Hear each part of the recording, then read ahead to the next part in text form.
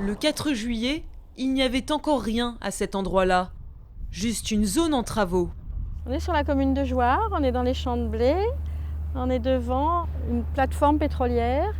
Cette grosse machine, c'est une foreuse qui va aller jusqu'à 3000 mètres de profondeur pour voir quelle est la proportion de pétrole de schiste que contient le sous-sol sur lequel on est.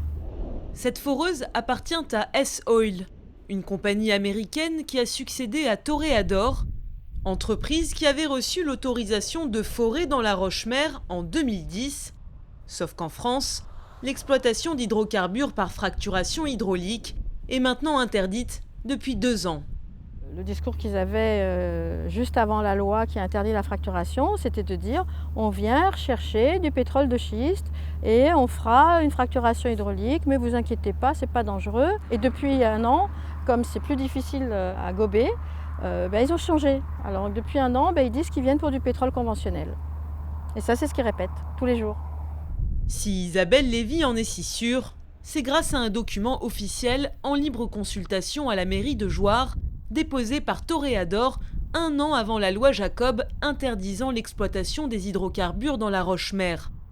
Son successeur, S-Oil, nourrirait-il les mêmes ambitions? Dans ce cas, la compagnie serait dans la pure illégalité. Pour Isabelle Lévy, si le pétrolier occupe toujours le terrain, c'est qu'il parie sur une évolution de la loi. En ce moment, la loi qui interdit la fracturation hydraulique est extrêmement menacée et qu'il est fort probable que d'ici septembre ou octobre, cette loi n'existe plus. Et dans la foulée, ils pourront forer horizontalement, enlever la foreuse et procéder à une fracturation hydraulique. Et ce sera sûrement la première plateforme où on verra une fracturation hydraulique pour évaluer la réserve de pétrole de schiste dans la région. Face au spectre de cette exploration, l'inquiétude monte à Jouarre. Cette habitante vient se renseigner sur les travaux en cours. Ça s'appelle une plateforme pour du pétrole de schiste. Je croyais que c'était strictement interdit. Oui, tout le monde le croit. Vous viendrez samedi ?